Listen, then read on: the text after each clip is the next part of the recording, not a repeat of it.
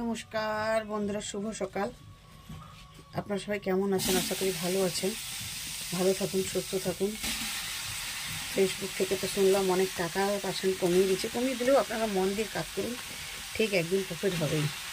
দেখুন, আজকে আমি রবিবার তো রান্না করতে চলেছি পুঁই চিংড়ি কুমড়া দিয়ে একটা তরকারি করছি, আমি দেখাচ্ছি। এই দেখছেন, পুঁইটাকে যদিও বড় বড় করলে হতো, কিন্তু আমার ঘরে কর্তা মশাই ছোটো ছোটো করে কেটে দিয়েছে পুঁই শাকটাকে। আর কুমড়ো আর কচি একদম পুরো। আর মুসুর ডালটাকে আমি ধুয়ে রেখেছিলাম, মুসুর ডালটাও দিয়ে দিলাম এর সঙ্গে।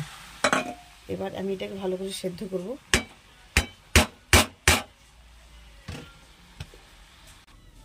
তো অল্প পরিমাণ জল দিয়েছি, কারণ সেদ্ধটা হওয়ার মতো।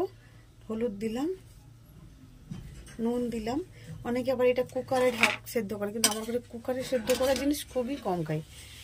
একমাত্র মটর আর কাবুল ছোলা, যেটা ওইটাই সেদ্ধটা কুকারে খাই, নাহলে খাই না। এবার একে আমি ঢাকা দিয়ে দেবো। এবার কি নেব, কিভাবে করব, সেটা আমি অবশ্যই আপনাদের সাথে শেয়ার করবো। দেখুন, পুঁই কুমড়াটাকে সেদ্ধ করতে বসিয়েছিলাম, এইভাবে তাকে সেদ্ধ করে নিয়েছি। ডালটা দেখছেন অর্ধেকভাবে ছেড়েছে। এবার কিভাবে করছি আমি দেখাচ্ছি। কড়াই তেল দিয়েছি, গোটা জিরা দিলাম, তেজপাতা দিলাম, কুচানো পেঁয়াজ দিলাম। যেহেতু সেদ্ধর সময় নুন দিয়েছিলাম, ওই জন্য কম নুন দেবো। এই যে পেঁয়াজটা ভাজা হয়ে গেছে, রসুনটা দিয়ে দিলাম।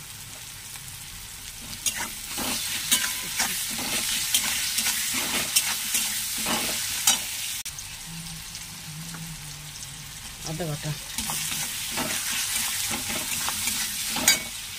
তার মধ্যে কড়া চিংড়ি মাছ ভেজে রেখেছি। সেই চিংড়ি মাছ ভেজে তুলে রাখার পরে সেই কড়াটাই আমি সেই তেলটায় পেঁয়াজ দিয়ে দিচ্ছি। টমেটো কুচি দিয়ে দিলাম, টমেটোটা একটু বেশি করেই দিয়েছি।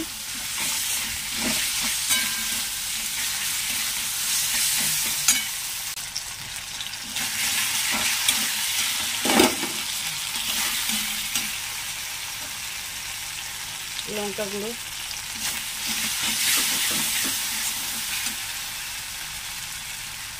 হলুদ ওটা সেদ্ধর সময় দিয়েছিলাম, ওই জন্য অল্পই দিলাম। অল্প পরিমাণ জল দিলাম, মশলাটা গ্রেভি হবে কিন্তু।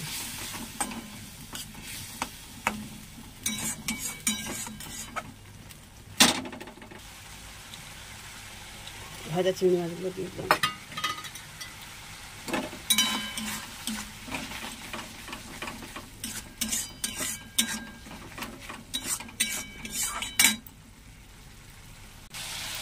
খুব সুন্দর মশলাটা হয়ে গেছে। এবার সেদ্ধ করা ওই কুমড়াটা দিয়ে দিলাম।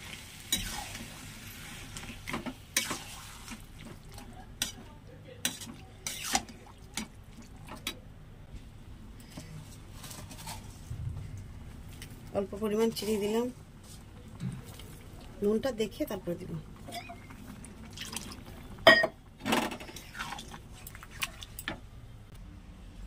দেখুন, ঢেলে নিচ্ছি ভাজা গুঁড়ো জিরে,